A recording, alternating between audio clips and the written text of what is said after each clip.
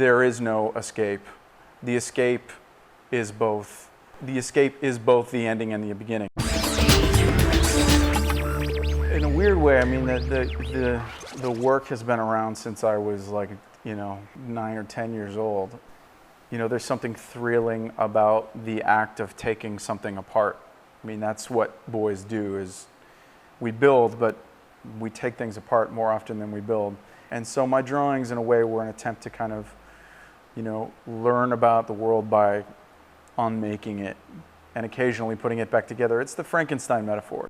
The pieces are all drawn from observation, in that I'm looking at them all the time in the natural world and trying to understand their form and function in an objective sense, even sometimes from looking at blueprints and schematic drawings. But then when I'm working on a painting, they're all done totally from my own internal understanding of how that stuff works. Even if what I'm creating, while based in my head on reality, isn't possible, it's a consistent impossible. And so that it becomes, there's a kind of a consistent physics to everything. Well, in the graduate school that I went to, the New York Academy of Art, had a very heavy emphasis on anatomy.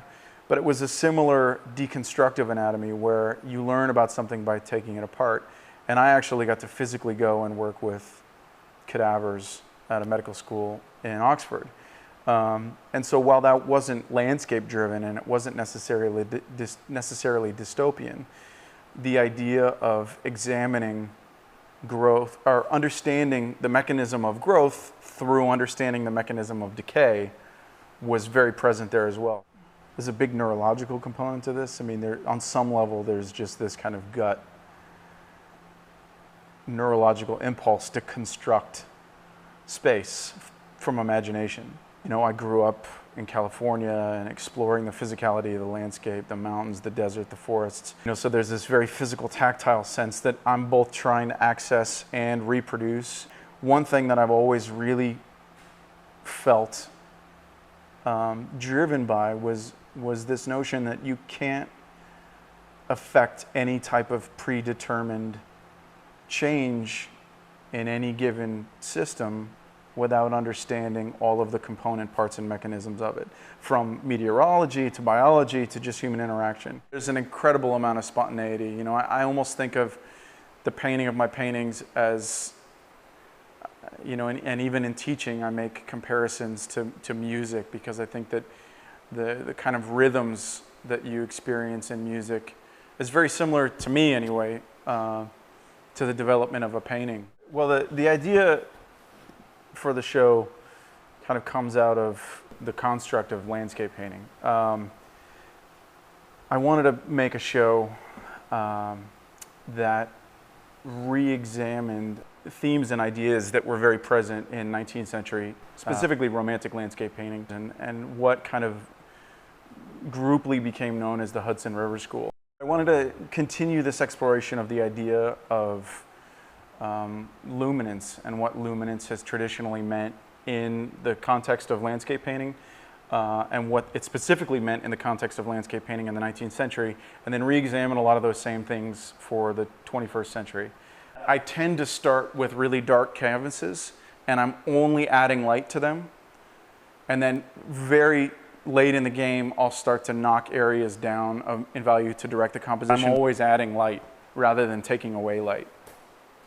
In a sense, it's creating these very personal, these biospheres that represent my own understanding of not only how things work, but how they could work under very specific, or I don't want to say perfect circumstances, but in my own mind, they're like idealized natural situations, even though the emotional, content of them might be very, very complex. The Large Hadron Collider in Switzerland, which is hopefully going to produce in the next few years, new types of subatomic particles through high-speed collisions generated through incredibly powerful magnetic fields. All of these things, they have a very real physicality to them, but the metaphor of the thing is really what I'm more interested in. This idea that the largest machines ever built were built specifically to probe for some of the smallest particles ever theorized, and there's something beautiful about that. Well, I think that my last show,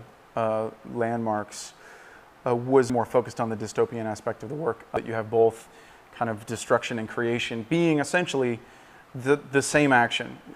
This work is a little bit less about this. This work in Irrational Spectacle is taking that moment of escape, which was a secondary or a tertiary element in my other paintings, or that moment of luminance, and making it the primary narrative. The act of creation and destruction is even more inseparable. There is no escape. The escape is both the ending and the beginning. You know, I didn't grow up in a museum or even a city that had particularly great museums. I mean, Los Angeles' art scene has grown a lot since I grew up there. But as a kid, my visual memory was really more formed by the same stuff that everybody of my generation was, more, video games, comic books. The fact that, when I was a kid, we had this VCR that you could replay the same sequence over and over and over again and really create a kind of a profound visual understanding of something.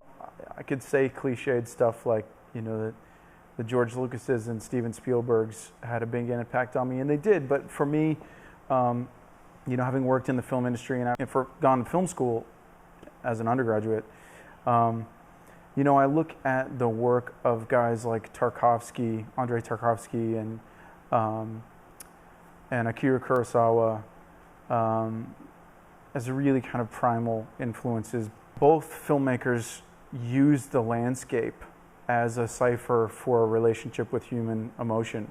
The nature of scale and trying to kind of pop that ecology of the self that everybody lives in, this 5 foot to 6 foot sense of physical scale that we momentarily shatter when we look out the windows of airplanes, or when we're on top of a mountain or something like that, or when we look deep into a microscope or observe the subatomic world.